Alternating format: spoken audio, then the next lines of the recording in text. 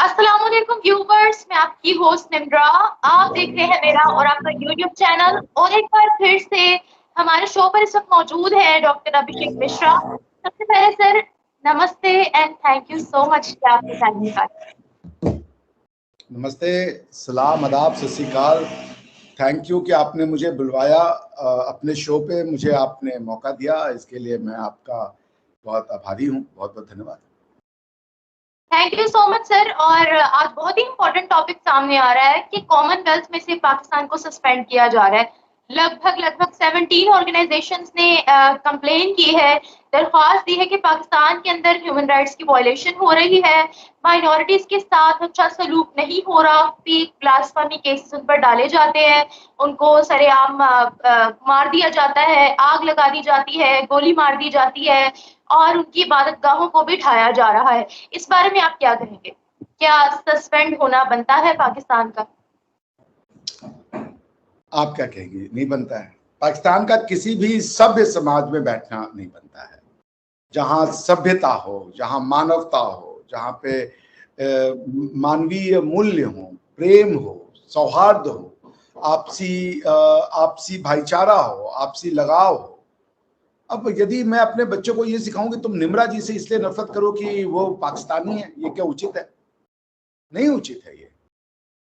निम्रा जी एक अच्छी मनुष्य है, एक अच्छी इंसान है। उनको उनके गुण या उनके अवगुण के लिए उनको जज किया जाना चाहिए, न कि वो निम्रा है इसलिए या वो पाकिस्तानी है इसलिए।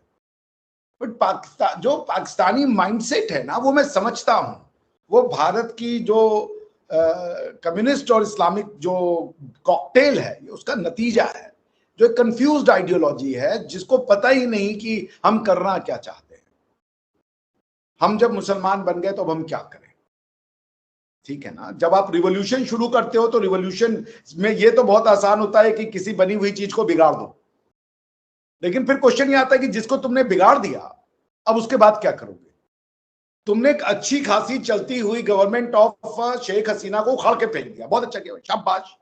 अब क्या होगा? क्या तुम चला पा रहे हो बांग्लादेश को?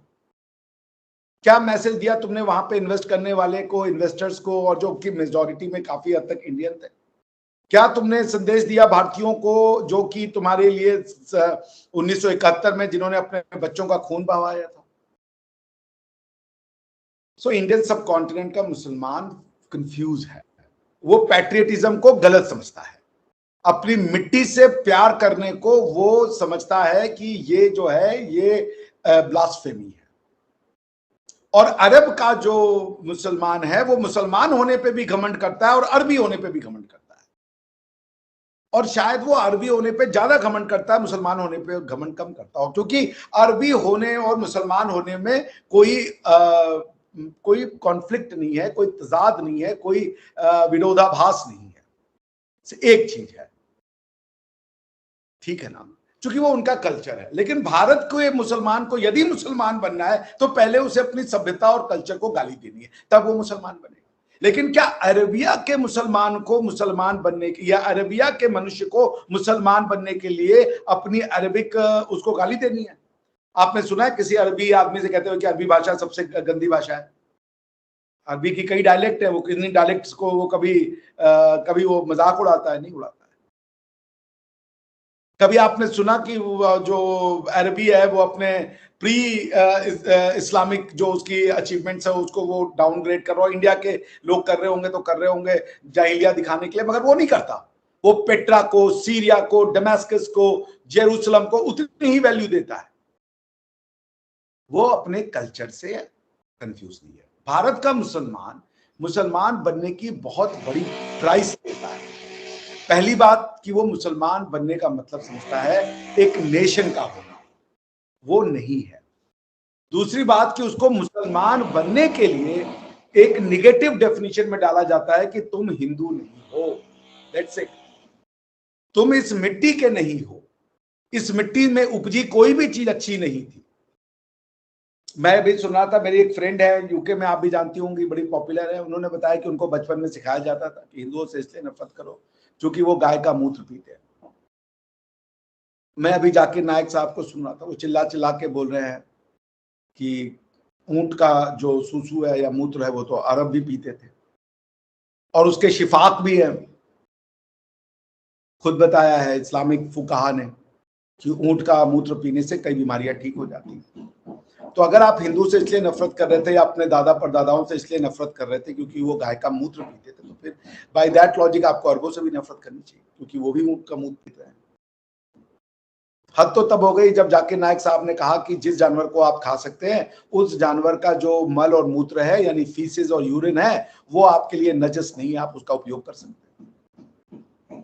क्या कहिएगा इसको? तो आप रिलीजन की फिलॉसफी को डिस्टिंक्ट नहीं करते। आप ये बता सकते हो कि यार देखो उनकी फिलॉसफी ये, मेरी फिलॉसफी ये, इस फिलॉसफी में ये अंतर है। आप रिलीजन के नाम पे कल्चर से और उसकी पूरी हिस्ट्री से नफरत सिखाते हो। दिक्कत ये होती है। आप ये दिखाते हो कि ये ब्राह्मण है, ये साला घटिया है, ये साला शूद्र है, ये घटिया है, यहाँ पे जात पात थी, ये घटिया लोग है, इनका कुछ अच्छा नहीं था। जब कन्वीनियंट के हिसाब से फिलॉसफीज को आप चुनेंगे, नियमों को चुनेंगे, तो उनके विरोधाभास को यदि आप नहीं ध्यान में रखेंगे तो एक कंफ्यूज्ड माइंडसेट होता है। उसी कंफ्यूज्ड माइंडसेट का नाम है पाकिस्तान।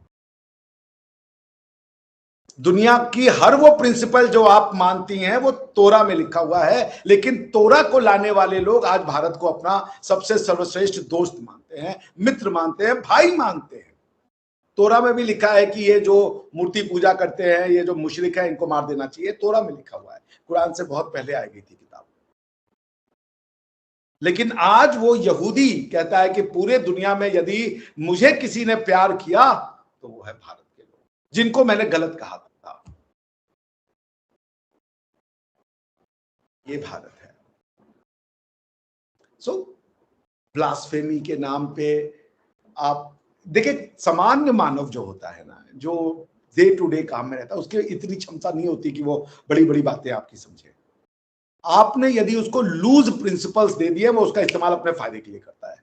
जैसे पाकिस्तान में इस्लाम अपने फायदे के लिए यूज किया जाता है। किसी को गाड़ी से उड़ा दो, इस्लामिक प्रिंसिपल लगा दो, ब्लड मनी देके छूट के बाहर हो गए। अभी हुआ ना, क्या एक लड़की ने गाड़ी से उड़ा दिया था, मैं उसको देख रहा था।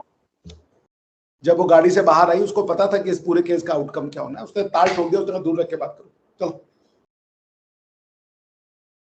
वो गाड़ी चला रही थी, अनइस्लामिक था। वो ना महरम थी के साथ ही अनइस्लामिक था। वो छिपा नहीं रही थी अपने आप को, अनइस्लामिक था। लिबास अनइस्लामिक था, भाषा अनइस्लामिक थी, मगर उसने इस्लामिक प्रिंसिपल का इस्तेमाल किया और वो छूट गई। उसने छन्नाटेदार तमाचा मारा पाकिस्तान के गाल पे और कहा ये है तुम्हारे लिए रिलीजन की उपयोगिता।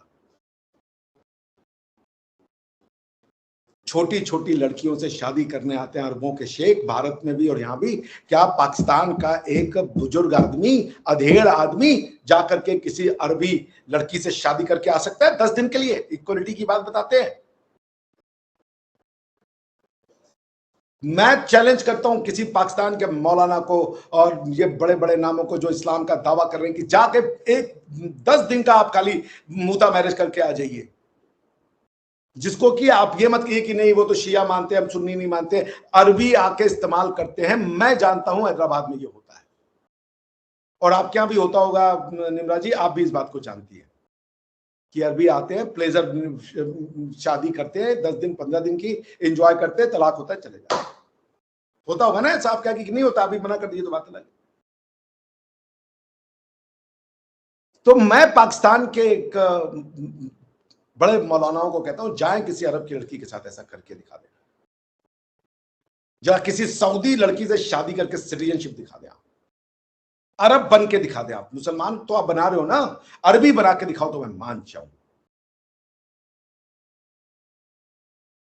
कि आपने जो एक रिलीजन के नाम पे कन्वर्जन का खेल चलाया हुआ है, दूसरों के सकाफत, उनकी जो कल्चर है, उनका जो इतिहास है, उसको गाली देना आपने रिलीजन का नाम बना दिया।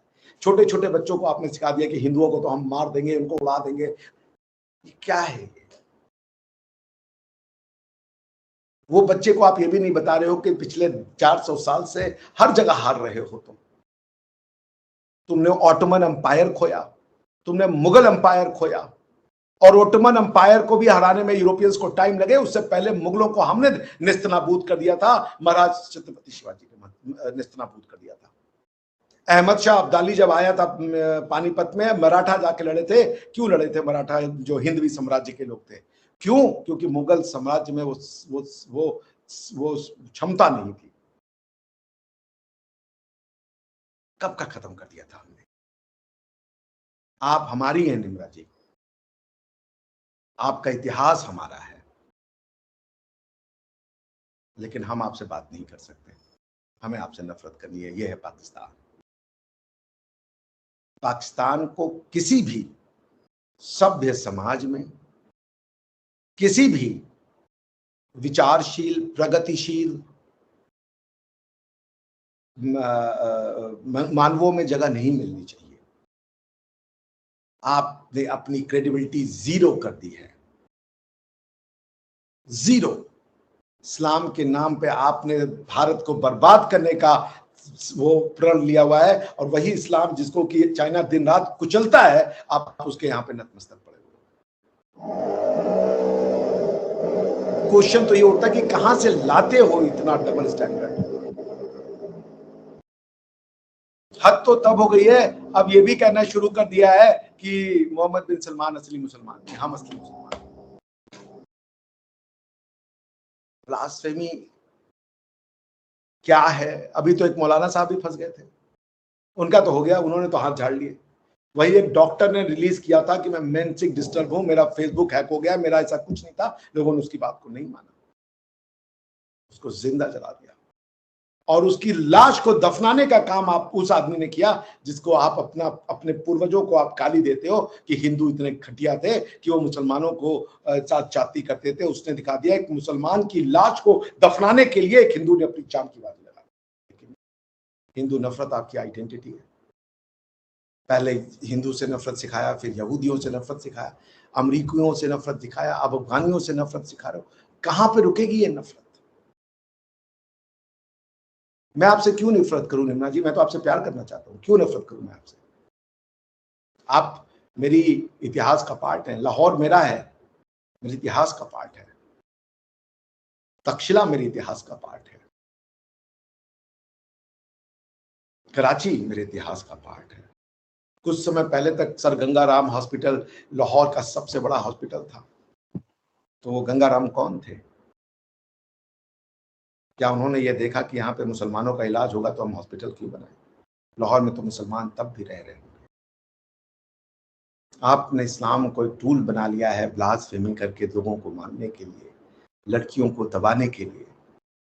उस लड़की की जो उसके मुख पर जो भय का वातावरण मैंने देखा था, जिसकी ड्रेस पे हलवा लिखा था और उसको लोगों ने लिंच करने का डिसाइड कर लिया, उसका भय मैं देख सकता हूँ उसकी आंखों में, कि जिस चीज को वो सबसे ज्यादा प्यार करती है, अरबी भाषा को, अरबी कल्चर को, और जो वो जिस बड़ी प्राउडली पहनी थी, वो संस्कृत का लिखा हुआ होता तो उसको वो उतना प्राउड से नहीं पहनती, और वही उसकी परेशानी का कारण बन गया। तो अगर वो निकाल रहे हैं, ठीक कर रहे हैं। पाकिस्तान जो पढ़ रहा है, जितनी नफरत बेच रहा है, वो कम करनी पड़ेगी। जी सर, वैसे तो बहुत सी मुस्लिम कंट्रीज हैं, अरब देश भी है, लेकिन वहां पर माइनॉरिटीज के साथ इस तरह सलूक नहीं किया जाता। फॉर एग्जांपल, कतर के अंदर मंदिर बन रहा है, दुबई के अंदर बहुत बड़ा मंदिर बना, सऊदी अरेबिया भी इस तरह से नॉन मुस्लिम से नफरत नहीं करता है। तो ये स्पेशल पाकिस्तान का ही ये प्रॉब्लम क्यों है कि वो अदर रिलीजन्स को कबूल नहीं करते बिल्कुल भी? क्या स्पेशल मुसलमान है? देखिए, वो कल्चरली मुसलमान नहीं है ना, वो कन्वर्टेड मुसलमान है। वो मुसलमान तब है जब वो कन्वर्ट हो रहा है, तो वो मुसलमान, जैसे सऊदी अरेबिया वाला मुसलमान है, अरब है, एक ही चीज है, मगर आप मुसलमान हो, अरब नहीं हो। अब आप समझिए, आप मुसलमान हो तो आप भारतीय नहीं हो सकते। पाकिस्तानी होने के लिए आप ये कह दो कि मैं इंडियन हूं, तो वो आपके ऊपर थूक देंगे, और अगर आप जाके अरबियों से कह दो कि मैं अरबी हूं, तो अरबी आपके मुंह पे थूक देगा। तो कौन हो भाई? तुमने मुसलमान बनने के लिए अपनी जो एथनिक आइडेंटिटी थी उसको आग लगा दी। तुमने कहा कि हम एक उम्मा बनाएंगे, उस उम्मा के लिए तुमने एग्जिस्टिंग जो भी वो था कौमें थी उनको तबाह कर दिया। हाँ, तो आप देखिए कि मुसलमान बनने, आप अरब नहीं बन सकते, मुसलमान बनने के लिए भारतीय भी नहीं रहना है आपको। आप अपने देश में जाके पैर ठोके कि मेरे माँ बाप तो भारतीय थे, मैं मुसलमान तो रिलीजन से हूं, मैं अभी आज अपने आप को इंडियन मानती हूँ, लोग आपके मुंह पे थूकना शुरू कर देंगे। और जरा अरबों में जाके बोल दिए कि मैं तो मुसलमान हूं, मैं भी अरबी हूं, वो आपके मुंह पे थूकना शुरू कर देंगे कि खबरदार, हम खानदानी लोग हैं, तुम साले कन्वर्टेड, तुम कौन हो? तो आप मुसलमान नहीं है, आप कन्वर्ट पे जोर दीजिए, आप कन्वर्टेड मुसलमान हैं, आप निगेटिव मुसलमान हैं। आप जो नहीं करना है उसके हिसाब से मुसलमान है। क्या नहीं करना है? जो हिंदू करते थे वो नहीं करना है, जो हमारे पुरखे करते थे वो नहीं करना है। हमारे पुरखे अगर इस धरती से प्यार करते थे, हमें नहीं करना है। किसी आप अरबी से पूछिए कि तुम्हारा अरब पहले या मुसलमान पहले, वो कहता है हम अरबी पहले, क्योंकि अरबी और मुसलमान होने में कोई कॉन्फ्लिक्ट नहीं है। लेकिन पाकिस्तानी होने में और मुसलमान होने में और पाकिस्तानी होने में और दूसरे रिलीजन का होने में तो कॉन्फ्लिक्ट है। आप कह रहे हैं पाकिस्तान का मतलब क्या? ला इलाहा इल्लल्लाह। एक तो ये सेलेक्ट डेफिनेशन ही गलत है। अगर पाकिस्तान होने का मतलब ला इलाहा इल्लल्लाह, तो फिर साला सऊदी अरेबिया भी पाकिस्तानी हो गया और मलेशिया भी पाकिस्तानी हो गया कि सभी कह रहे ला इलाहा इल्लल्लाह। ये ऐसा है क्या? क्यों ऐसी डेफिनेशन दे रहे हो जो कि इंटेलेक्चुअली सस्टेनेबल नहीं है, टेनेबल नहीं है? सो आपको बनाया गया है, आप मुसलमान सिर्फ कुरान पढ़ने से नहीं बनती है। आपको मुसलमान बनाने के लिए हिंदुओं के लिए एक्स्ट्रा नफरत डालनी पड़ती है, अपनी धरती से एक्स्ट्रा नफरत सिखानी पड़ती है। बाकी दुनिया में क्या है कि मुसलमान बनने के लिए उनको अपनी धरती से नफरत नहीं सिखानी है। अरबों को मुसलमान बनाना है तो कहते कुरान पढ़ लो और प्रॉफिट की सीरत पढ़ लो, हो जाएगा, बस दैट्स इट। आपको क्या है कि वो तो पढ़ो पढ़ो, इन मक्कार हिंदुओं को गाली दो, मक्कार ब्राह्मण हिंदू, राम गलत था, हनुमान तो फालतू का गॉड, ये सब करो। उसका नतीजा क्या हुआ? सोसाइटी में नफरतें हैं। एजुकेशन का स्टैंडर्ड इतना गिरा हुआ है निम्रा जी, इतना गिरा हुआ है कि जब मैं देखता हूं तो मेरा आंखों में आंसू आता है कि कई बार मैं पीएचडी के लेवल के लोगों से बात कर चुका हूं और उनकी नॉलेज देख करके मुझे लगता है this is what PhD is. Pakistan का ब्राइट फ्यूचर बहुत डार्क है, बहुत डार्क है। पीएचडी का मतलब होता है क्रिएशन ऑफ न्यू नॉलेज, और if not that identification of gap in the existing knowledge. Pakistan का एक पीएचडी वाला एग्जिस्टिंग गैप के बारे में नॉलेज बता दे तो हम मान जाए। पाकिस्तान की और एक दिक्कत है कि दो तरह के लोग हैं, एक जो एक्सट्रीमली इस्लामिक है, दूसरे जो है लिबरल है। मगर दोनों में कॉमन क्या है कि वो दोनों हिंदू से नफरत करते हैं, तो वो दोनों अपने पास से नफरत करते हैं। उसको इस्लाम से कोई, जैसे लिबरल है, ठीक है यार इस्लाम हो तो नहीं है, बढ़िया है, शरिया ना लाओ, बढ़िया है, हम ये नहीं करेंगे। लेकिन हिंदू, हाँ हाँ हिंदू घटिया है, हिंदू घटिया है, मुगल बहुत बढ़िया है। जो एक्सट्रीमिस्ट है वो भी कह रहा है हाँ मुगल बहुत बढ़िया है, हिंदू बहुत घटिया है। तो फिर क्या अंतर है इन दोनों में? कोई अंतर नहीं। आपके यहाँ पे जो एक रोशन ख्याली जिसको आप कहते हैं, प्रोग्रेसिवनेस कहते हैं, विचारों की प्रगति कहते हैं, वो आप क्या नहीं है ही नहीं, क्योंकि अपने इतिहास को आप गाली देते हैं। आपके एक स्कॉलर ने कहा था पाकिस्तान एक हुजूम है, तो हुजूम तो बनेगा ना जब कौमों को आप तोड़ देंगे। सिंधी को कहेंगे सिंधी मत बनो, पठान को कहेंगे पठानी मत बनो, सब बन जाओ पाकिस्तानी। पाकिस्तानी क्या क्या है? मुसलमान बन जाओ। तो भाई मुझे नहीं समझ में आता कि मैं मुसलमान हूं तो मैं पठान क्यों नहीं हूं? पठान होने में और मुसलमान होने में क्या कॉन्फ्लिक्ट है? पंजाबी होने में मुसलमान होने में क्या कॉन्फ्लिक्ट है? पंजाबी भाषा होने में और मुसलमान होने में क्या कॉन्फ्लिक्ट है? एक पंजाबी जो है वो पंजाबी बोलता हुआ मुसलमान क्यों नहीं हो सकता? पाकिस्तान की नेशनल लैंग्वेज सिंधी क्यों नहीं हो सकती? पश्तून क्यों नहीं हो सकती? इंग्लिश हो सकती है मगर संस्कृत या हिंदी नहीं हो सकती। पाकिस्तान की लैंग्वेज इंग्लिश है एक्सेप्टेबल, लेकिन उस देश की मिट्टी से निकली हुई भाषाएं पाकिस्तान का पार्ट नहीं बन सकती। पाकिस्तान जो ये कर रहा है इसको हमारे यहां कहते हैं नेचुरल जस्टिस या लॉ ऑफ कर्मा। ये भुगतना है, ये भुगतना है। जिन अहमदियों ने भारत को तोड़ा, आज वो अपने द्वारा बनाए गए देश में सबसे ज्यादा प्रोसिक्यूट हो रहे हैं। भारत को तोड़ने में अहमदी मुसलमानों का बहुत बड़ा हाथ था। आज पाकिस्तानियों ने क्या हाल कर दिया कि लाशों को दफना करके, दफनाई हुई लाशों को निकाल करके वो कहते दफन नहीं करेंगे। कर्म है ये, कर्म से कोई नहीं बचता। न्याय जो नेचर का होता है, कुदरत का न्याय जिसको आप कहती है, जो प्राकृतिक न्याय होता है, वो सबको डसता है, वो बराबरी का हिसाब करता है। वो कोई वो नहीं कहता कि भाई तुम अलग हो।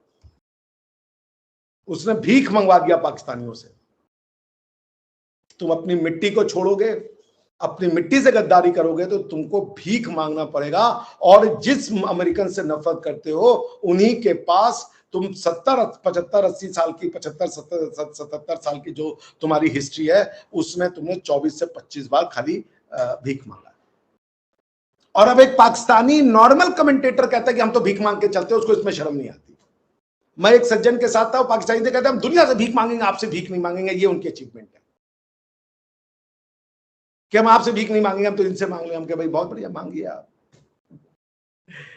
सो द पीपल आर ब्रेनलेस, उनको साधारण सी बात समझ में नहीं आती, जो बहुत साधारण है। कल मैंने सुना कि इस्लामाबाद की कोर्ट पे अटैक कर दिया। सुप्रीम कोर्ट कोई निर्णय दे रही थी, उसके ऊपर अटैक हो गया। अगर मैं गलत हूं तो आप सही कर दीजिएगा, क्योंकि मैंने पढ़ा था कहीं। तो अब कौन क्या बोलेगा, कौन क्या लिखेगा, ये जत्थे डिसाइड करेंगे आपके यहां, जत्थे। क्योंकि इन्होंने इस्लाम को जत्था बनाया हुआ है। अपनी बात मनवाने का तरीका फोर्स है और भीड़ है और उन्माद है। तो न्याय भी जत्थे करेंगे अब, जो उनकी समझ में आएगा।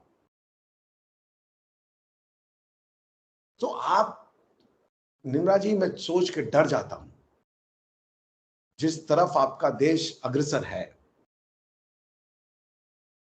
आने वाले 40-50 सालों में आप उसकी भयावह को सोच नहीं सकते। 40% आपके यहां पॉवर्टी है, 52% लोग इलिटरेट हैं, पढ़े लिखे नहीं है। भारत पे तो इल्जाम लगता है कि मुसलमानों को नहीं पढ़ने देते, मुसलमानों के साथ डिस्क्रिमिनेशन करते हैं, ये करते हैं, वो करते हैं। तो भाई पाकिस्तान तो मुसलमानों का देश है, वहां क्यों इतने इलिटरेट हैं, ये तो बता दो। हम तो गंदे हैं। पाकिस्तान में तो 100% लिटरेसी होनी चाहिए, अरबी में ही लिख लो वालों, सबको फ्लुएंट अरबी आनी चाहिए, सबको फ्लुएंट फिलॉसफी हिस्ट्री आनी चाहिए। पाकिस्तान में इनजस्टिस नहीं होनी चाहिए।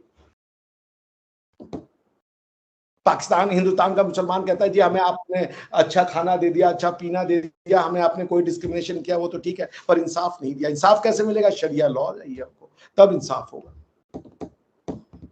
पाकिस्तान में तो इंसाफ होना चाहिए निम्रा जी, सबके साथ इंसाफ हो रहा होगा मेरे ख्याल से। शरिया है, सबके साथ इंसाफ।